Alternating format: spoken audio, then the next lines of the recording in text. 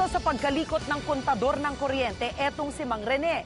Special service niya sa mga kliyente na nais mapababa ang buwanang kinukonsumo nila ng kuryente.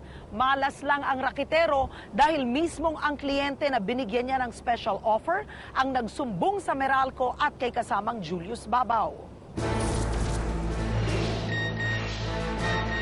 Sir, good evening ho. Ako ho yung nagkabit ng metro nyo dyan sa bahay niyo sa dental. Tanong ko lang sana kung gusto nyo bumaba ang bill doon. Ito ang text message na natanggap kamakailan ng retiradong Police Maynila na si Senior Inspector Tony Cruz mula sa isang nagpakilalang Rene. Nasundan pa raw ang mga text message na ito at doon na-discover ng dating opisyal na mapapababa raw nitong si Rene ang konsumo ng kuryente sa bahay ni Kapitan kung ipapakalikot nito ang kanyang kontador sa nang-eenganyong mama. Dahil hindi pa rin nawawala kay Kapitan Cruz ang pagiging pulis, pinasakay niya muna ito para makakuha pa siya ng mas maraming impormasyon. Tinanong ko siya, paano bababa ang bill? Hindi ka naman taga Meralco. Sabi niya, kaya natin niya, i-calibrate natin. So, nung sinabing kakalibrate, alam ko na kagad, may mangyayari, dadayain niya yan. Tapos sabi niya, hindi, marami kong customer. Pangalawa, ang bill mo, gaya ng electric bill ko, 7,000, gawin natin 2,000. Alam ko, may bayad dyan. Tinanong ko na siya, magkano bayad dyan? Sabi niya, 5,000. Doon na raw natapos ang inisyal na palitan nila ng text nitong si Rene. Pero nang lumaon, naging makulit na raw ito at mas lalong naging porsigido sa kanyang offer sa retiradong pulis. Kung ako, na dating pulis, naaalok nga, how much more yung mga iba, naalokin din niya. Batid ni retired Senior Inspector Cruz na illegal itong offer ni Rene at hindi raw uubra ang kalokohang ito sa kanya. Di ba alam nung nagkabit sa'yo na dati kang pulis? Siguro alam niya, kaya nga malakas ang loob niya. Either na alam niya, retired ako, kamali siya. Akong pulis ang nilapitan niya, na hindi man tayo nangungunsinti ng ganyan ever since Una, against tayo sa mga illegal Dahil desidido si Kapitan Cruz na bigyan ng leksyon ang mamang nagtatangkang idamay siya sa iligal na pandaraya sa metro ng kuryente, nagpasama siya sa amin sa tanggapan ng Meralco na sister company ng ABS-CBN na siyang nagpapalabas ng programang ito. Doon binigay niya ang impormasyon hinggil sa modus operandi ng isang Rene na nagte-text nga sa kanya. Mabilis na nakagawa ng planong patibong ang mga kawani ng Meralco sa tulong ni Kapitan Cruz. O Rene, Lunes. Lunes na lang. Kasi hindi ako pwede sa umaga. Alauna. Matapos ito'y ininspeksyon ng mga taga-Meralco ang metro ng kuryente sa bahay ng retiradong opisyal. Siniguro nila na nakaselyo pa ang kontador bago magkaroon si Rene ng pagkakataon na galawin ito. Noong Lunes, 7 ng Agosto, maaga pa'y handa na ang lahat para sa gagawing entrapment. Kasamang Special Operations Group ng Meralco at ilang operatiba ng Manila Police District, tinungo na namin ang bahay ni Kapitan Tony Cruz. Ito kasi ang araw na napagkasunduang ihohokus-pokus ni Rene ang kontador sa bahay ng retiradong pulis. Pagsapit ng alas 11:30 ng umaga, nakapwesto na ang grupo sa lugar at mula sa sasakyan, muling nag-reading ang Meralco sa metro ni Kapitan. Binidyoan din nila ang kontador. Pagbabasehan raw nila ang naturang video footage kung positibo ngang nagalaw nitong si Rene ang kontador ng Meralco. Matapos ang mahigit sa 1 oras na paghihintay, nasipat namin ang pagdating nitong mama. Abay, may kasama pa itong 2 babae at 2 bata. Agad siyang sinalubong ng aming asset na nagpanggap na pinagbilinan ni Kapitan Cruz na magbabantay sa kanya. Ay, si Rene. Wala balik si Kapitan. Maya-maya pa, napansin namin sa tono ng kanyang pagsasalita na tila nagsisiguro rin itong mama bago niya gawin ang kanyang kalokohan. Saan na kami gagawa sa bahay? Sa baba? Kasi sa baba? Sa klinik ba? Bawal sa klinik ba? Ay, wala. Yung kapinsa ko lang. Wala bang wapo dyan? Alakata yung klinik. Abay, bakit parang kinakabahan kaya ta rin Lalo lamang nakumpirma ng mga kasama naming otoridad ang kanilang hinala na props lamang ni Rene ang kanyang mga kasama. Nang walang ano-ano'y iwan na siya ng mga ito matapos makasiguro ang mama na pwede na siyang magsimula. Sa puntong yun, inusisa na rin siya ng aming asset. Kami yung sa binigay sa akin, 5,000. Sa Meralco ko rin kayo dati. Kanila naman yan eh. Matapos ito, lumabas si Rene sa bahay ni Kapitan para hugutin ang kontador ng kuryente. Ilang sandali pa, bitbit na niya ang kontador papasok sa loob ng bahay. Walang kaalam-alam itong mamang ito na naidokumento na ng mga kawani ng Meralco, ng pulisya at ng XXX ang pagsisimula ng kanyang gagawing pandaraya.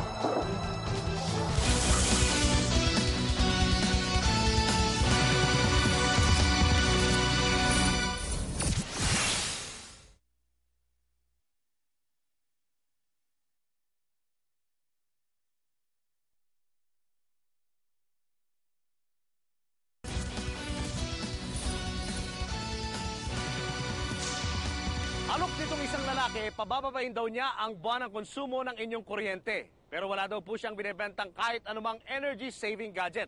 Sa halip, natuklasan kong baklas kontador pala ang kanyang racket.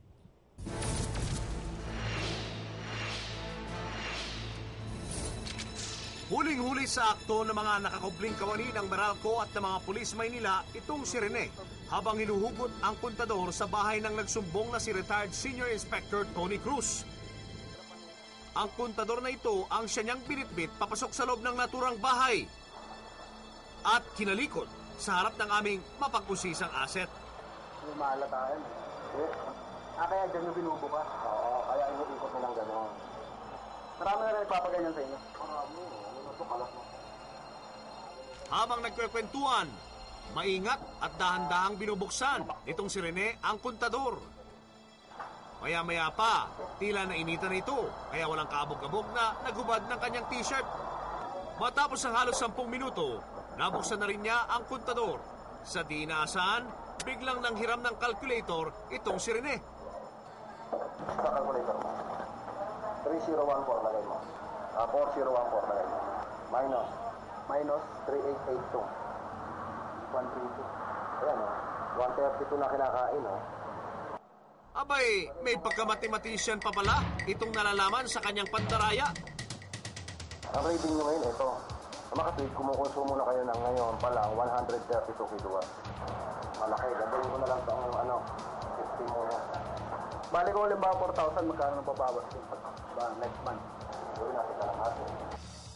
Habang nire-rewind ni Rene ang kontador, ipinagmayabang pa niya sa aming asset na tuwang-tuwa raw ang kanyang mga kliyente sa serbisyong binibigay niya. Meron akong ginagawa sa computer shop. Alam mo magkano views? 28. Magkano na yung views? Buti hindi na sisira eh. Tuwang-tuwa kami ni Ari yun eh. Alam mo, totoo na sinabi sa akin yun. Unang gawa ko palang 12. Tapos may monthly ako sa kanya. Monthly binabalikan mo na lang? Binabalikan ko na lang. Pero may monthly payment ako sa kanya. Ano na lang, pagkatuloy na. Hindi niya ako ang Dahil sa dire-diretsyong pagbibida nitong si Rene, amin tuloy na diskubre na bilang special offer ay pwede niyang alagaan ang inyong kontador para siguradong mababa ang buwan ng konsumo. Yung kaya kailangan pala every month, ganun, pinapagawa lang. Kasi 1,000, hindi kayo 1,000 rin, di ba? Ayos na yan, ganyan. Ayos na to. Pwede ginagamitin. Pakaya ako na to. Wala pa sa kabilang. Matapos may abot ng aming asset ang bayad, binalik na ni Rene ang kontador sa dating kinalalagyan nito. Yun na ang nagsilbing hudyat para hulihin siya ng mga otoridad.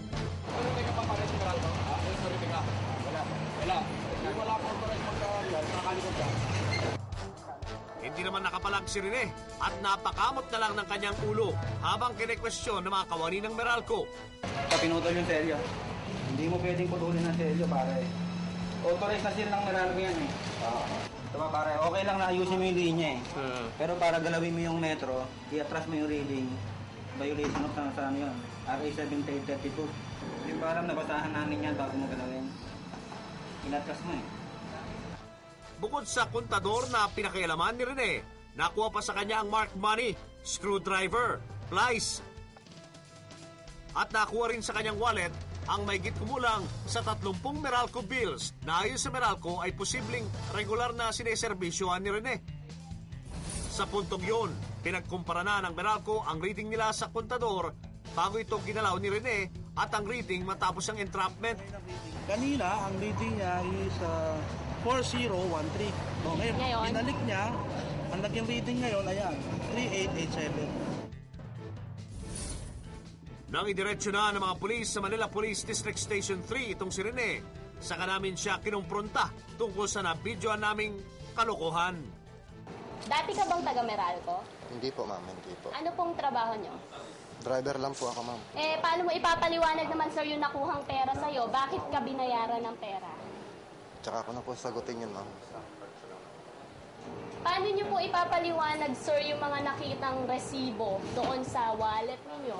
Kahit po verify po nila yan, pinabayad lang po ng tao yan.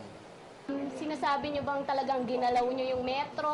Tsaka na po ako magsasalita, ma'am, kung pwede po. Bigyan niyo po sana ako ng ano mo. Yaman din lang at ayaw nang magsalita ni Rene. Inisa-isa na lang ng Meralco ang mga electric bills na nauna nang nabawi sa kanya. At kinagabihan, nagsagawa ng follow-up operation ng Meralco para inspeksyonin ang mga metro sa mga address na nakalagay sa naturang mga bill ng kuryente. Umabot sa 6 na kahina-hinalang metro ang nakumpiska ng Meralco. Ang mga ito'y isa sa ilalim din sa lab test para malaman kung natamper nga o hindi. Dahil sa dami ng mga reklamo laban sa mga tampered na kontador o metro, mahigit kumulang sa 10,000 mga suspected na tampered meters ang dinadala dito sa Meralco buwan-buwan. Sa harap ni Kapitan Tony Cruz, ng representative ng Energy Regulatory Commission at ng kinatawan ng Meralco, sinuri sa corporate meter lab ng Meralco ang metrong kinalikot ni Rene sa bahay ng retiradong kapitan. Doon na nakumpirma na tampered nga ang naturang kontador. Napakalakas ng aming ebidensya rito kasi ang nakita namin sa akto, yung actual na ginagawa niya yung pagkakalikot. So doon pa lang sa pagtanggal niya ng metro, pagputol ng selyo, we considered that as a prima facie evidence. Ang nahuli nyo yung nagtatamper, no? Pero kapag nahuli ka ba na yung metro mo tampered, bilang isang owner, meron ka bang pananagutan sa batas? Meron din. Kasi ang ano dyan, sila ay pumayag para maging magawa yung crime.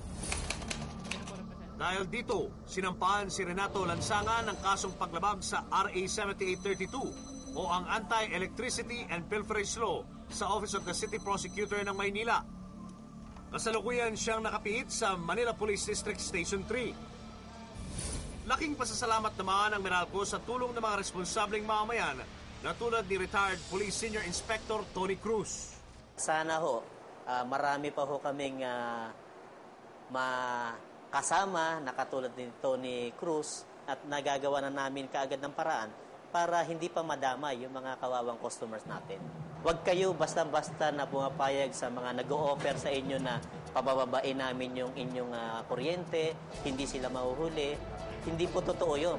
Ang nakinabang lang niyan, yung mga tamperero na nag-udyok sa inyo na mag-avail ng kanilang servisyo.